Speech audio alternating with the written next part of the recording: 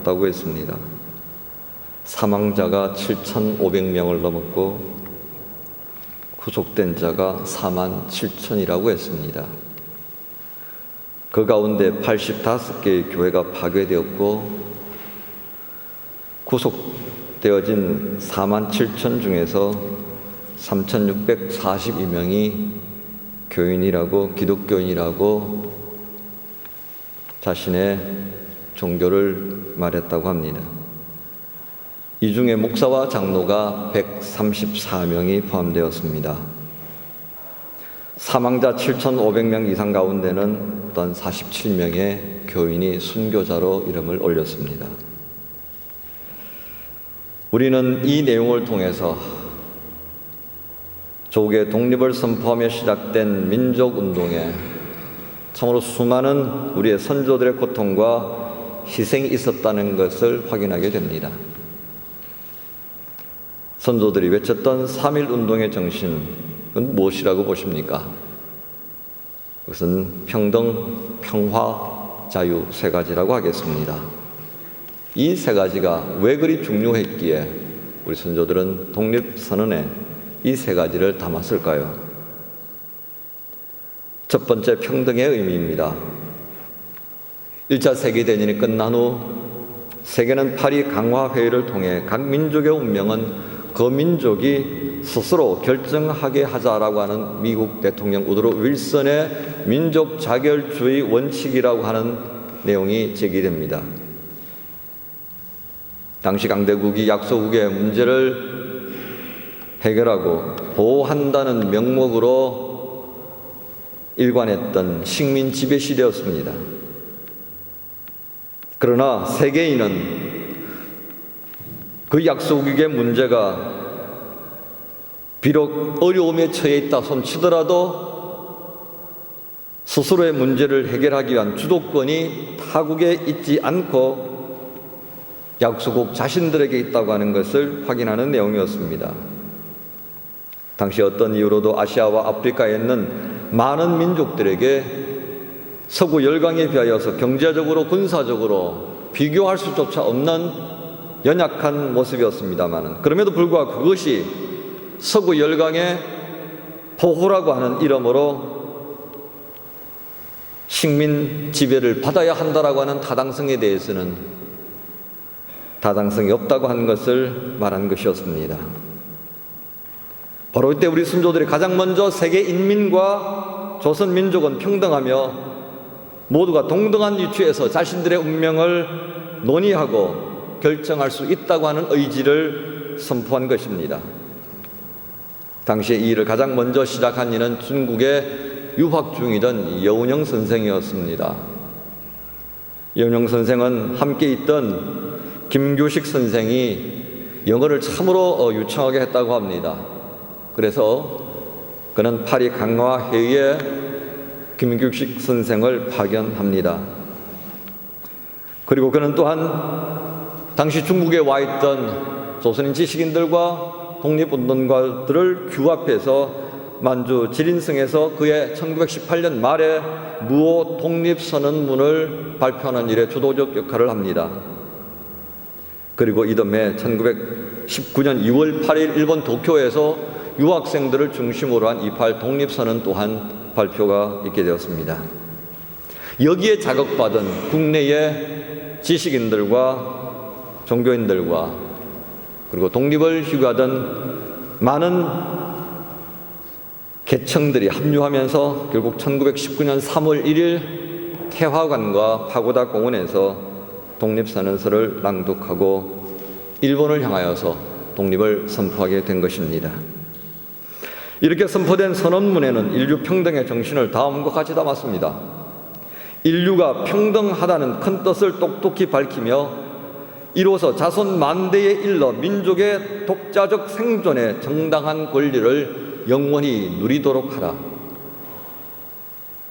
침묵하던 약소국의 아픔을 끌어안고 강대국들의 지배를 향해, 억압을 향해 온몸으로 거부하며 시작된 세계 인류 평등의 정신이 비로소 우리 선조들이 외쳤던 조선 독립선언문을 통하여서 세상을 향해 터져나오기 시작했던 것입니다. 두 번째로 평화입니다. 모든 민족과 국가의 궁극적 목표가 어디 있다고 보십니까? 그것은 평화입니다.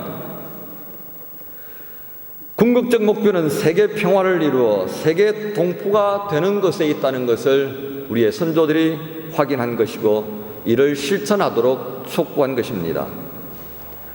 또한 어떤 이유로도 폭력은 용납될 수 없다는 원칙을 바탕으로 비폭력 투쟁을 시작한 것의 무형이 바로 3.1운동이었습니다.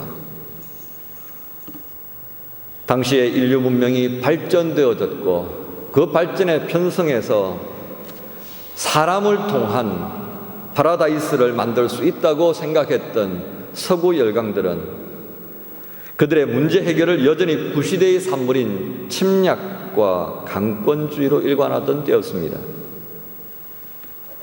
이때 선조들은 조선의 독립이야말로 중국인이 가진 일본을 향한 불안과 공포로부터 벗어나게 하는 길이고 동양 평화를 이루어 세계 평화와 인류 행복을 위해 나아가는 첫걸음이 된다고 하는 것을 분명히 했었던 것입니다.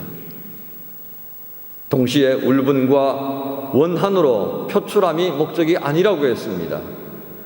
지난 시간 동안 일본이 조선을 억압하고 그 백성들을 수탈의 대상으로 삼았던 것에 대해서 더 이상 질책하려 함이 아니라고 했습니다. 이 3.1운동은 오히려 우리 민족의 자기 건설을 위한 과정임을 분명히 함으로써 원한과 묵은 감정을 드러내 남을 시기하고 배척하는 것에 있지 않다고 하는 것을 분명히 했습니다. 이유가 무엇이겠습니까? 오직 평화를 위한 길이기에 그렇다고 했던 것입니다. 이 같은 평화를 회복하기 위한 목적으로 제시된 3.1운동은 결국 피지배 민족들과 서구 열강에 짓눌려 살아가던 약소국들에게 큰 용기가 되어졌습니다. 그리고 이어서 중국의 오사운동이 일어났고 인도의 간디가 실천했던 비폭력 저항운동의 산실의 역할을 했던 것입니다. 세 번째, 자유입니다. 각 민족이 가진 자유는 고유하다는 것을 여러분은 아실 것입니다. 어떤 이유로도 제약되거나 박탈될 수 없는 인류 양심에 근거한 것이라고 여러분은 인정할 것입니다.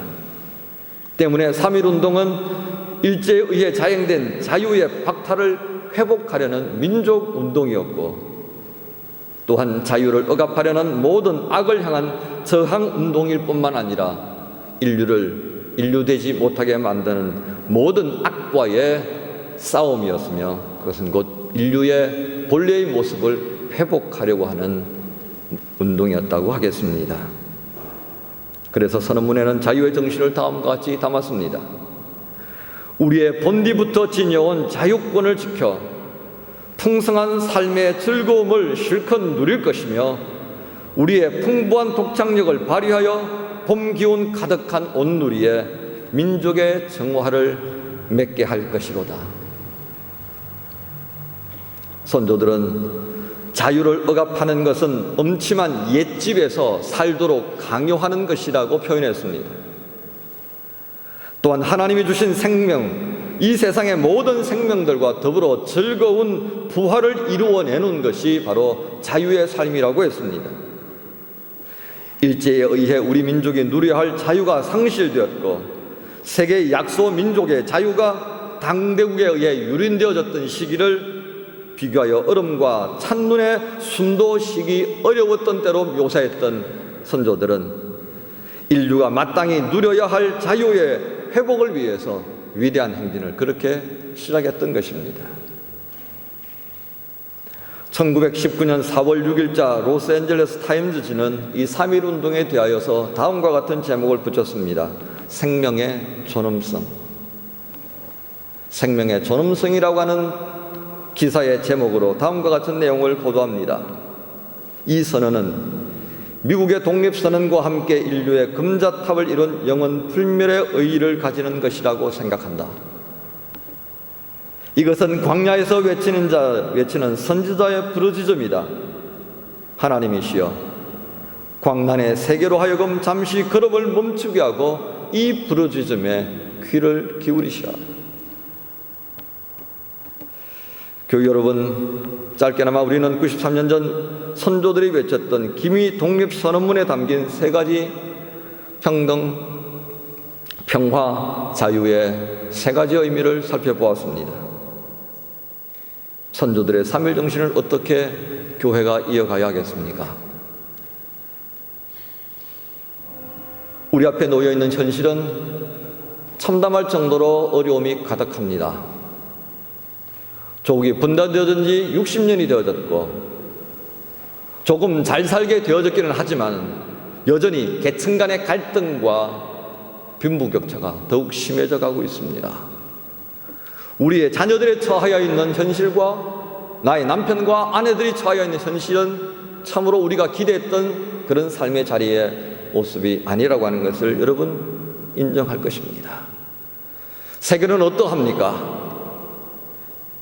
1919년보다 더욱 많이 발전되어진 현대사회이지만 민족과 민족과의 갈등과 국가와 국가 간의 갈등은 더욱 심화되어졌습니다. 이런 혼란의 와중에 선조들이 외쳤던 이 3.1 정신, 평등, 평화, 자유의 이 단어들을 우리는 어떻게 감당해야 하겠습니까? 갈라디아서 5장 16절에서 성경은 우리에게 이렇게 말합니다. 내가 또 말합니다. 여러분은 성령께서 인도하여 주시는 대로 살아가십시오. 그러면 육체의 욕망을 채우려 하지 않을 것입니다. 오늘 성경 말씀에는 성령의 인도와 육체의 욕망 두 가지가 대립 개념으로 등장합니다. 성경에 기록되어 있는 육체의 욕망을 채우는 삶이 무엇이겠습니까? 그것은 곧 우상 숭배이고 음행과 게으름과 분열이며 방종이라고 했습니다. 이러한 사람들이 비록 지금은 강하게 보일지라도 그들의 결국은 어찌 된다 했습니까? 21절 후반부에 이렇게 됩니다. 이제 또다시 경고합니다. 이런 짓을 하는 사람들은 하나님의 나라를 상속받지 못할 것입니다.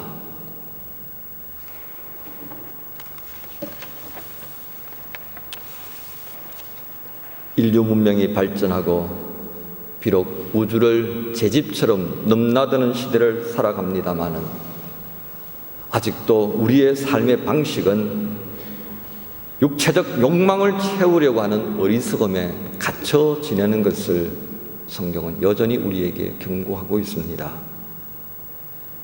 이러한 때 말씀이 들려주시는 것처럼 성령의 인도하심을 따르는 삶에 대한 구체적인 모습은 이미 우리 선조들을 통해서 93년 전 민족의 미래와 세계인의 미래를 고민하며 마음을 모아 선포되어졌던 것을 우리는 기억해야 합니다. 평등, 평화, 자유. 이것은 그리스도인들이 지켜야 하고 믿음의 후손들이 이어가야 할 인류에게 주어진 소중한 선물이며 축복인 것을 잊지 않아야 합니다. 오늘 읽었던 갈라디아서 5장 24절부터 25절의 말씀을 좀 다시 마음에 담기를 바랍니다. 바울은 말합니다. 그리스도 예수께 속한 사람은 정욕과 욕망과 함께 자기의 육체를 십자가에 못 박았습니다. 우리 그리스도인들이 해야 할 몫이 있다면 결국 정욕과 욕망이라고 하는 것으로 표출되어지는, 그래서 모든 민족으로 하여금, 우리 민족으로 하여금 평등과 평화와 자유의 삶을 살지 못하도록 가로막았던 이 육체에 종속되어진 삶과 분명한 태도를 취해야 할 것이라는 것입니다. 우리는 이 하나님께서 주셨던 이 세 가지를 누리지 못하게 하는 것이 바로 악의 세력이라고 하는 것을 보게 됩니다. 그러나 이 악의 세력이 또한 누구이기도 합니까? 여러분과 제가 가지고 있는 육체적 욕망이라고 하는 것을 또한 잊지 않아야 합니다. 어리석은 시대 정신이 이 욕망을 따라 지금도 대세인 것처럼 우리의 삶을 관통하며 흘러가려고 합니다. 그러나 성경은 우리에게 말합니다. 시대의 대세라고 미혹하며 우리의 삶을 망가뜨리며 그렇게 흘러내려가는 육체적 삶보다는 성령의 인도함을 받으라고 외칩니다. 신앙 공동체가 가야 할 길이 무엇이겠습니까? 곧 육체적 삶이 아니라 성령의 인도함을 받는 삶인 것입니다. 신앙 공동체가 해야 할 그것은 곧 이 시대가 어디로 가고 있는가를 살펴보고 이 시대의 정신을 바르게 세워가는 파수꾼의 역할이 되어야 하지 않겠습니까? 이 역할을 위해서 하나님은 아직도 이 세상에 교회를 유지하신다는 것 잊지 않아야 합니다. 교회가 마땅히 이 역할을 감당하려고 한다면 성령의 인도함을 따라야 할 것입니다.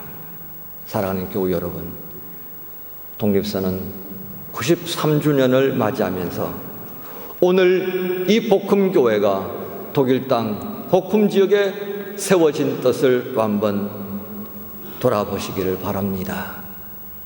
우리에게 허락하신 하나님의 축복인 평등과 평화와 자유의 삶을 오늘 우리가 어떻게 실현할 것인가를 고민하면서 성령의 인도하심을 구하는 복음의 지체들이 되시기를 부탁드립니다. 기도하겠습니다. 하나님 감사합니다. 참으로 먼 이국 땅에 있었지만 주님께서 우리 민족을 사랑하셔서 주셨던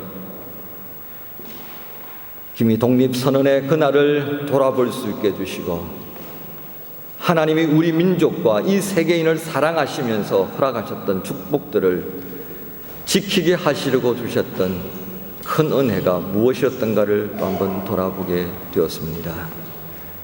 주님, 이 복음 땅에 세워지게 하신 이 복음교회로 하여금 우리 민족이 외쳤던, 그리고 하나님께서 우리 민족뿐만 아니라 세계 모든 백성들에게 주셨던 평등과 평화와 자유의 삶을 지켜갈 수 있는 이 시대의 파수꾼으로서의 삶을 감당해낼 수 있도록 성령께서 인도하여 주옵소서. 이 인도하심 앞에 순종함으로 나아가기를 원하오니 주여 저희들을 사랑하셔서 이 시대가 육체의 욕망을 따라 살아가지 아니하고 주 성령의 인도하심을 따라 이 땅의 모든 백성들이 누려야 할 참된 평등과 평화와 자유의 삶을 누리는 그날이 속히 임하게 해 주옵소서. 예수 그리스도 이름으로 기도하옵나이다. 아멘.